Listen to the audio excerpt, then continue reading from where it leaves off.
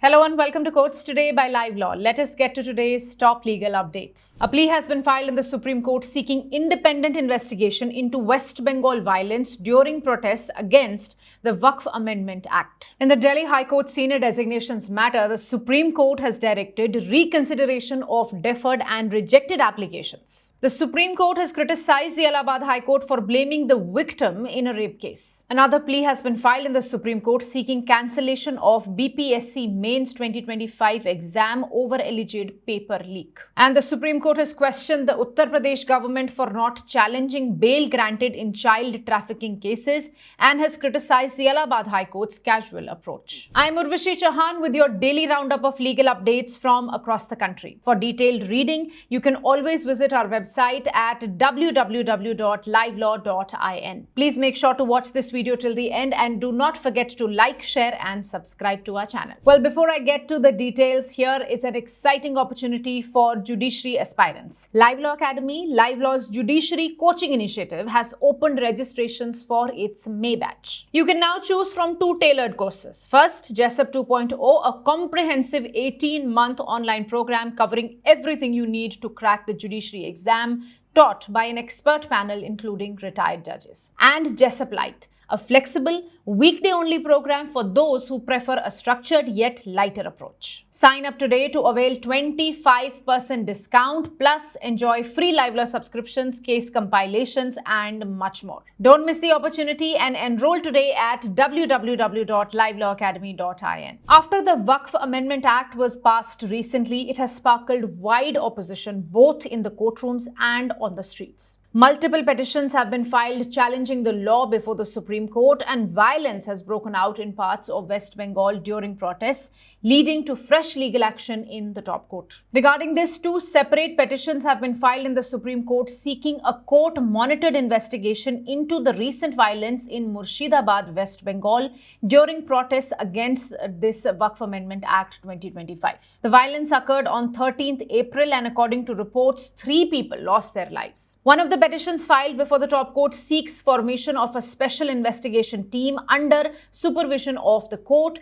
and the other petition demands a setting up of a 5-member judicial inquiry commission headed by a retired Supreme Court judge. The petitioners also request the Supreme Court to direct West Bengal government to submit a report on the violence and ensure the protection of people's lives and property. They further seek action against individuals making provocative speeches that may have incited the unrest. Let me tell you here, the Calcutta High Court, in an urgent hearing held on last Saturday, ordered the deployment of central forces in the region to restore peace. In a significant update, the Supreme Court has today directed the Delhi High Court to reconsider afresh the applications for senior advocate designation that were either rejected or deferred in November last year. The court clarified that the reconsideration must be done strictly in accordance with the High Court of Delhi designation of senior advocates rules of 2024. The Supreme Court bench of Justices Abhay S. Oak and Ujjal Bhuya passed this order after observing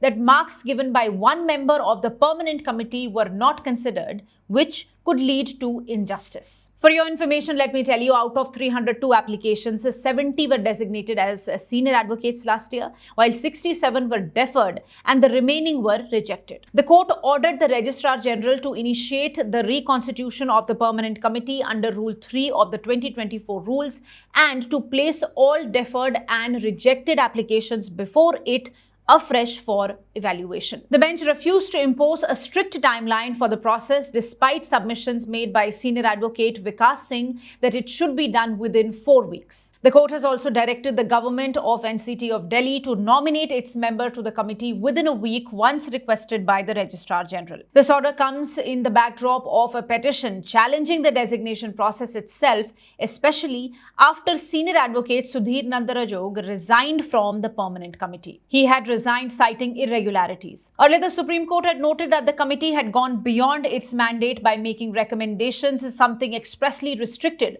under the 2017 Indira Jaisingh judgment, which laid down the framework for senior designations. The senior advocate designation process, including the practice of self-nomination and point-based assessment, has been under intense scrutiny, and let me tell you, the Supreme Court has recently reserved judgment on the possible reconsideration of the Indira Jaisingh guidelines. Stay tuned. In the next update, the top court has today took strong exception to the language and reasoning used by the Allahabad High Court while granting bail to a man accused of raping a college student. The victim here had alleged that she met the accused at a bar and later went with him to his relative's apartment to rest as she was heavily intoxicated. There, she was allegedly raped twice. The High Court, while allowing the bail plea, had controversially observed that the victim had invited trouble herself and was responsible for what allegedly happened. The High Court questioned her version, citing her educational background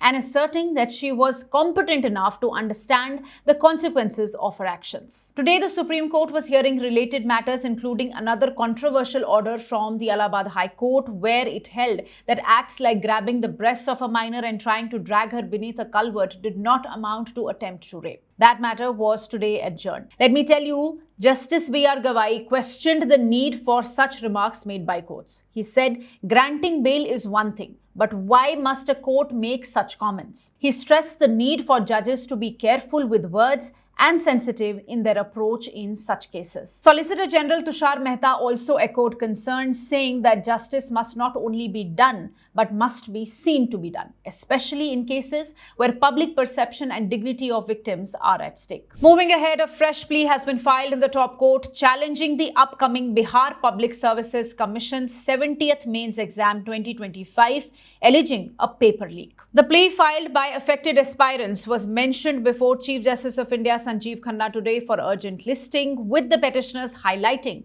that the exam is set to begin on 25th April and will continue till 30th April. The Chief Justice responded that the matter would be considered for listing after the official mentioning note is placed before him. This comes months after a similar plea seeking cancellation of the BPSC 70th preliminary examination held on December 13, 2024 was dismissed by the Supreme Court. That exam saw participation from nearly 5 lakh candidates across 900 centers. The controversy actually arose after reports of a question paper leak from the Bapu Pariksha Parisar Exam Center, leading to protests and an indefinite hunger strike by Jan Swaraj Party leader Prashant Kishore. In response, the BPSC had allowed a retest for only 10,000 candidates from the affected center, a move that drew criticism from students demanding cancellation and re-examination for everybody. Well, with the mains exam now days away, the Supreme Court has been urged once again to intervene. And lastly, the Supreme Court has cancelled the bail granted to 13 accused in serious interstate child trafficking cases,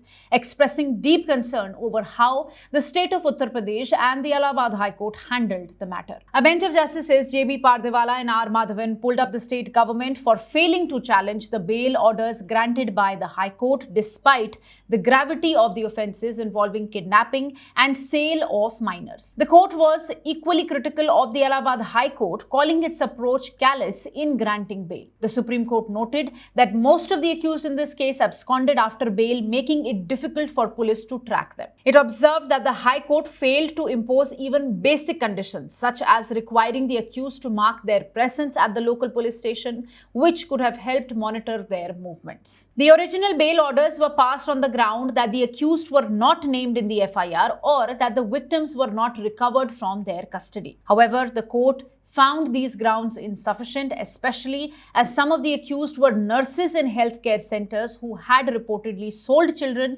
and had the knowledge of where some of the trafficked minors were kept. Senior advocate Aparna Bhatt, representing the petitioners, that is the kin and kith of the children who came to be trafficked, highlighted that many of the accused could return to their professional roles and continue trafficking if allowed to remain on bail. The Council for the State of Uttar Pradesh, Advocate Garvesh Kabra, supported this stand and confirmed that the whereabouts of many accused were currently unknown. The court here also took note of Times of India report indicating a large-scale racket that traffics infants and children for 5 to 10 lakh rupees, operating both within and outside Delhi. Besides cancelling the bail, the top court has also issued general directions to all states and high courts to ensure speedy trials in child trafficking cases, given the growing seriousness of such crimes.